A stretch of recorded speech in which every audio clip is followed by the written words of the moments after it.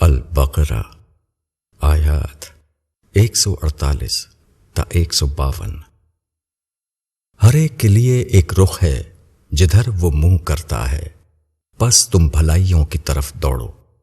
تم جہاں کہیں ہوگے اللہ تم سب کو لے آئے گا، بے شک اللہ سب کچھ کر سکتا ہے۔ اور تم جہاں سے بھی نکلو اپنا رخ مسجد حرام کی طرف کرو، بے شک یہ حق ہے تمہارے رب کی طرف سے ہے، اور جو کچھ تم کرتے ہو اللہ اس سے بے خبر نہیں۔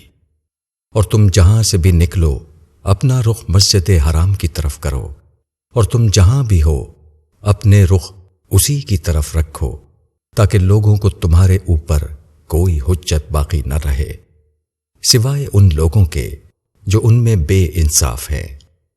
پس تم ان سے نہ ڈرو اور مجھ سے ڈرو، اور تاکہ میں اپنی نعمت تمہارے اوپر پوری کر دوں، اور تاکہ تم راہ پا جاؤ۔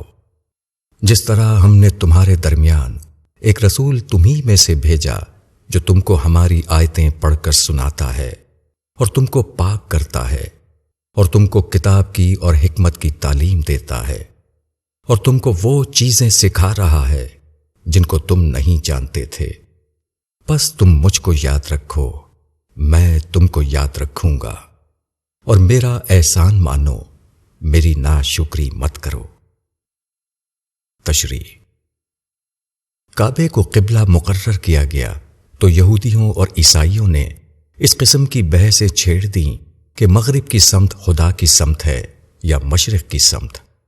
وہ اس مسئلے کو بس رخ بندی کے مسئلے کی حیثیت سے دیکھ رہے تھے، مگر یہ ان کی ناسمجھی تھی۔ کعبہ کو قبلہ مقرر کرنے کا معاملہ سادہ طور پر ایک عبادتی رخ مقرر کرنے کا معاملہ نہیں تھا، بلکہ یہ ایک علامت تھی کہ اللہ کے بندوں کے لیے اس سب سے بڑے خیر کے اترنے کا وقت آ گیا ہے جس کا فیصلہ بہت پہلے کیا جا چکا تھا۔ یہ ابراہیم و اسماعیل علیہم السلام کی دعا کے مطابق نبی و آخر الزماں صلی اللہ علیہ وسلم کا ظہور ہے۔ اب وہ آنے والا آ گیا ہے جو انسان کے اوپر اللہ کی ابدی ہدایت کا دروازہ کھولے اور اس کی نعمتیں ہدایت کو آخری حد تک کامل کر دے۔ جو دین اللہ کی طرف سے بار بار بھیجا جاتا رہا مگر انسانوں کی غفلت و سرکشی سے ضائع ہوتا رہا، اس کو اس کی پوری صورت میں ہمیشہ کے لیے محفوظ کر دے۔ خدا کا دین جو اب تک محض روایتی افسانہ بنا ہوا تھا، اس کو ایک حقیقی واقعے کی حیثیت سے انسانی تاریخ میں شامل کر دے۔ وہ دین جس کا کوئی مستقل نمونہ قائم نہیں ہو سکا تھا، اس کو ایک زندہ عملی نمونے کی حیثیت سے لوگوں کے سامنے رکھ دے۔ یہ ہدایت الہی کی تکمیل کا معاملہ ہے، نہ کہ مختلف سمتوں میں سے کوئی زیادہ مقدس سمت مقرر کرنے کا۔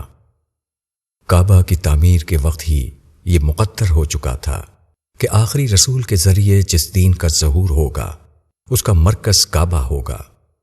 پچھلے انبیاء لوگوں کو مسلسل اس کی خبر دیتے رہے۔ اس طرح اللہ کی طرف سے کعبہ کو تمام قوموں کے لیے قبلہ مقرر کرنا گویا نبی و آخر الزماں کی حیثیت کو ثابت شدہ بنانا تھا۔